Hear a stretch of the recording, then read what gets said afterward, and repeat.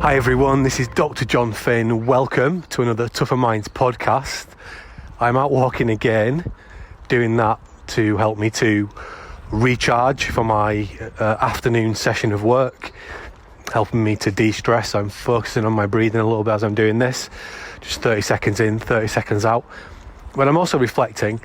One of the sessions we've been running a lot, or one of the insights we've been sharing a lot with clients in the last month or so, is stress management. We know lots of people are stressed at the moment and they're looking for ways to get better at managing that. We know that the things that are causing the stresses are not going to be going away anytime soon with the whole COVID piece that's going on in everyone's lives, but also people are going to be making the transition into the world of hybrid flexible work, and that's going to cause some more stresses. And also what I think has been interesting in conjunction with this, so my background is in elite sport, as many of you know, and that's where I learned really about psychology in those upper echelons of elite sport and the pressures those athletes are under. And we've just had a test series between England and India, and India really beat England fairly well in the last 3 test matches, and there's been a lot of discussion about the England team's batting performance, which was felt to be, not up to scratch and below par. And one of the things that commentators have been talking about is that the England batsmen have been scarred. So for example, because things went wrong in the second test, the England batsmen then carried the things that had gone wrong into the third test. They were playing in their mind, and that led to make more mistakes. And then the same in the fourth test. And there's been a lot of commentary about they just need to forget what happened in the past. But we know we can't do that. And I think what we're observing there is that there is ultimately stress and confidence are completely interconnected ideas. And that's something that we talk about a lot in our programs. But let's get to the foundation of it. Why is something stressful? So we can think about this as, first of all, an event happening. So let's say, for example, I hold the door open for somebody. When I do that, I have an expectation of what will happen, of what will follow. So let's say that my expectation is that person I held the door open for will say, "Thank you very much, it's very kind of you, you're a gentleman." Maybe not the last part, but you get the idea. But then whatever happens, so that person might ignore me. A stress occurs when what I expect to happen doesn't happen. And that creates what we call a disconnection of meaning systems. And this could be for anything. So it could be that you went into the kitchen this morning, you expected your partner to greet you with a big smile and a good morning, and maybe they were a little bit grumpy, and that might have caused a little stress. Maybe you got an email this morning, you were expecting it to praise your work on a project you've been working on, but instead it told you that the work wasn't up to scratch and you needed to do lots more work. So these little disconnections are happening all the time. And in fact, they don't even need to actually happen. Our brain projects them happening. So if you listen to this podcast regularly, you'll be familiar with the lighthouse brain model. And in very simple terms, imagine you have a lighthouse in your brain and it's scanning all the time into the past, the present and the future. And that lighthouse is controlled by a character called Hugh, which stands for horribly unhelpful emotions. And all the time, Hugh is looking for these problems, and the problems don't even have to have happened because he's looking into the future and it's saying what might go wrong, where are the problems going to be. That's its job, that's what it does. It's a threat detection machine. So in order to get stressed, we don't even have to have a disconnection between what we expected to happen and what actually happened. We can just get a disconnection between what we expect to happen and what we think might happen. So that and these disconnections happen in milliseconds. Once there's been a disconnection, the first thing that happens in the response is the fight or flight response. Oh, in fact, it's fight, flight or freeze. In short, our body gets ready to do something, so we get over activated. And then the second part of the stress response is that typically, imagine, that the beam of light from a lighthouse, it typically gets stuck on unhelpful thoughts. You beat yourself up, tell yourself you're useless, you worry, you dwell, all that unhelpful stuff that's connected with stress responses.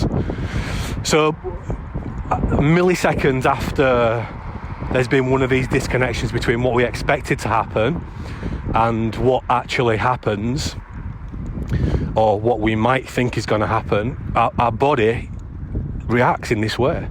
So our physiology kicks up via the fight, flight, freeze response, and then our attention, our thinking, our thoughts gets magnetized onto the potential problems, the worries, the dwelling, the beating ourselves up, all that unhelpful stuff. The good news is that we can reverse that effect. So we can reverse the stress response effect. We can't stop stress happening, but we can shorten the disruptive impact it has on our lives, so that we're able to overcome the stress faster and get our brain working properly again. Because when we get stressed, our brain takes over. It becomes harder to be reflective and think critically and solve problems and manage our stress and our confidence, because the brain takes over the prefrontal cortex. That's the part of the brain that we use to do all that really good stuff.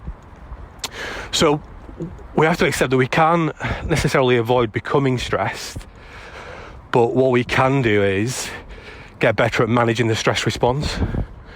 And let me link this back to everyone who's going through stresses right now, but also to the England cricketers.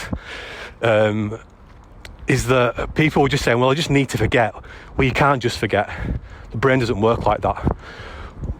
One of the ways that we can start to manage the stress is, if you think about the second phase of the stress response, where we start to dwell and beat ourselves up, etc. The way we can start to manage that, the way we typically try to manage that, is we try to have an argument between our willpower and our ape brain. And what we need to recognise is that our ape brain is doing most of what we're doing most of the time, at least 98%. And sometimes we call that part of the brain, which is the limbic regions, we call it the $1 million brain. And the part of the part of the brain that we call the willpower, Wilhelmina power, or prefrontal cortex, that only has the capacity to hold 5 to 7 bits of information at a time. And if you don't use that information within 30 seconds or any one bit of it, your brain dumps it, it gets rid of it. Sometimes we call that part of the brain the 10-cent brain. So we've got the 10-cent brain versus the $1 million brain. So when you're just trying to have a thinking argument, a cognitive argument between the 10-cent brain, the willpower, and the $1 million brain, the ape brain, there will only be one winner, the ape brain. So to extend the power of your prefrontal cortex, your willpower, your Wilhelmina power, you can start to write things down.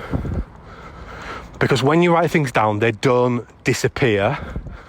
Those things don't disappear after 30 seconds, and you can write down more than 5 to 7 bits of information. So writing helps us to supercharge our prefrontal cortex, our willpower, in relation to managing the ape brain. So if we want to get better at managing stress, whether we're an international cricketer or someone who's just trying to be their best every single day, we can use that methodology. And there are multiple things that we teach around this, but the simplest thing we teach is, at the end of the day, we encourage people to have a big finish. The big finish is a 3-to-1 written reflection.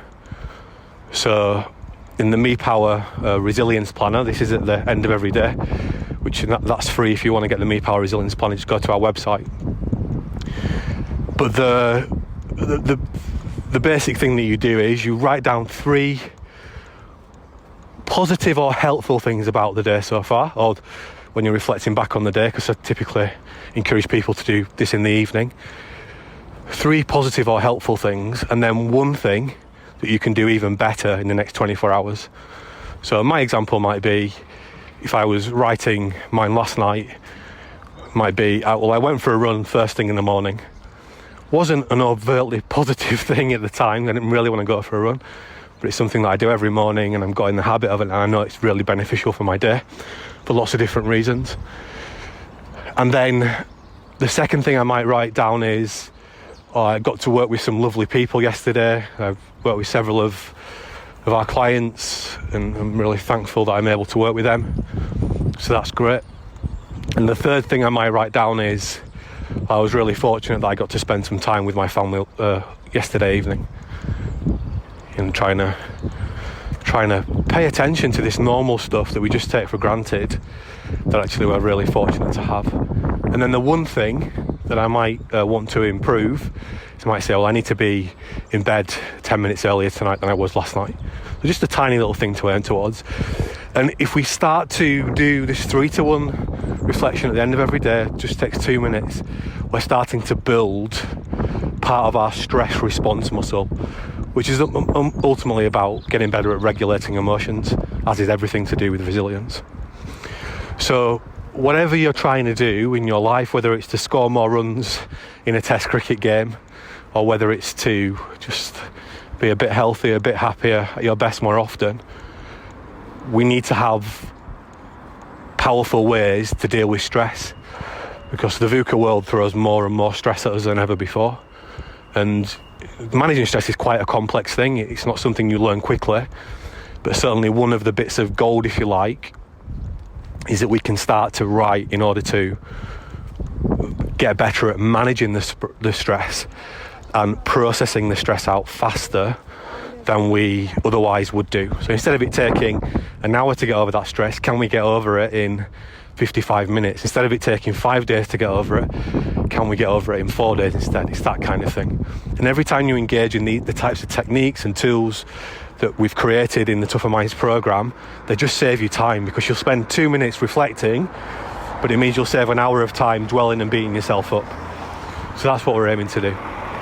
So I hope that's helpful, but I know that if you think that's a good idea, it will only be as helpful as you putting it into practice. So do take us up on the offer of the free Me Power Resilience Planner. Just go to our website, you can download that, and it gives you these very simple daily, weekly planning and reflection activities. That's all for now. Do check out the other podcasts, and if you subscribe, you'll be made aware when we release the next one, which we do very regularly. Be safe until the next session. Speak to you soon. Goodbye for now.